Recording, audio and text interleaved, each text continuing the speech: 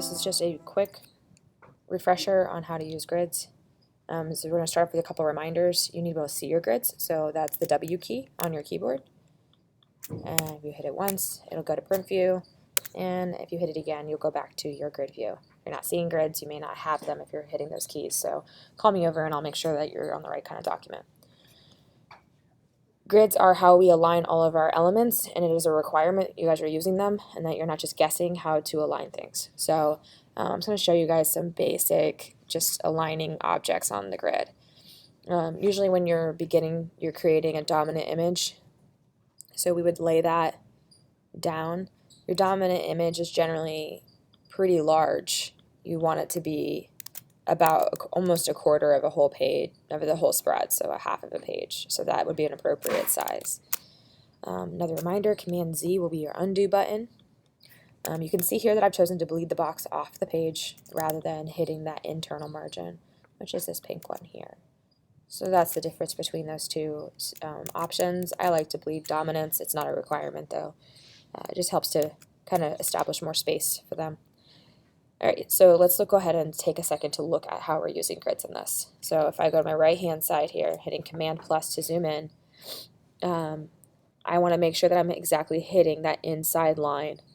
Alright, so this would be incorrect, this would be incorrect. I can hit Command Z twice to go back.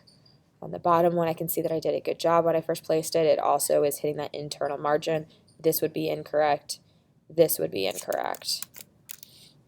On this left-hand side, we can see I am not doing a good job. It's just too far off of where I need it to be. It needs to be right on that line. Right? Exact is what you need. You need it exactly on that line. So this is correct. This is incorrect. This is incorrect. Okay. So it is properly placed inside of the lines at this point. So now I can lay other elements and have it be perfectly spaced as well. So I can come in here and place a rectangle down, and just so you can see, we zoom in, we make sure we're exactly on the line on all four sides, and we are correctly aligned.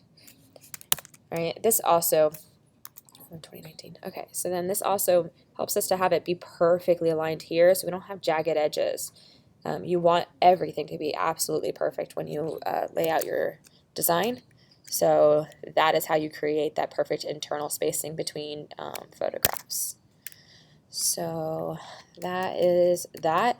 There's some other choices we can make when we are laying. So you could also choose to carry this box out to here and have it overlap. We do that every once in a while when the photograph needs to be larger and the space on the dominant is empty, so it's just got negative space here. So we'll carry this image out so we can get more of the photograph in. But obviously, right now it doesn't have any separation between this photograph and this photograph. So what we often will do is come in and draw just basically a white box that will lay behind this. So I'm going to turn that white, and it's there. Now, as far as moving objects around between background and foreground, it's really simple. So we're just going to go ahead and click this right-hand box, so the one that we want to be on top, and we hold the Command key and the right bracket. So it's the one that kind of looks like a straight line, but it has two little lines coming off of it. It's the right-facing one. I guess actually it's left-facing, but it's the one on the right. And we click that one time, and that will bring that box forward. We can also just control click that box and go to arrange, send to back, or bring to front. So now we have that white box creating that border as well. So that keeps it once again consistent, so we're not having inconsistent spacing should we have additional elements. So I'm just create an example. So let's say we have this element here.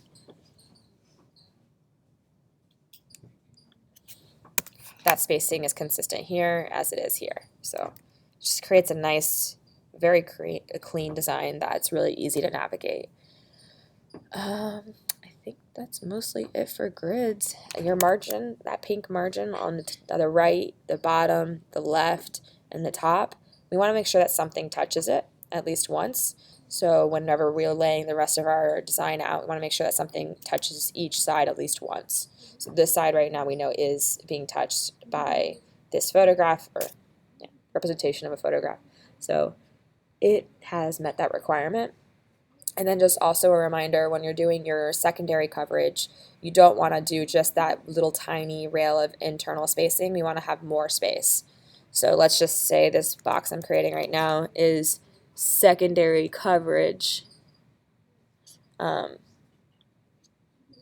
just make it red so you can see the difference. That would be that nice clean rail of space, and that space tells us that these two elements are not related. So they're on the same spread, so obviously they're somewhat related, but they're not so related that they should be read together. They are separate enough that they have different content inside of them. And also notice that I didn't have it fill this side. I've already touched the side here, so I don't need it. And it's not a requirement, but sometimes you want this much, sometimes you need this much. The key is that whatever space you have left over in your mod coverage, it goes to the outside of the spread, not to the inside. So you would never like do this.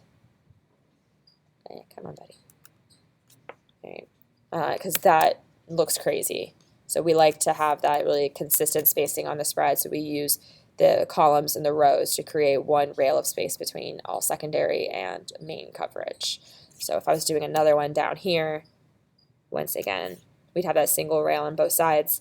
Any white space that existed would need to be to the exterior. And then we would want to make sure something at least touches that pink margin.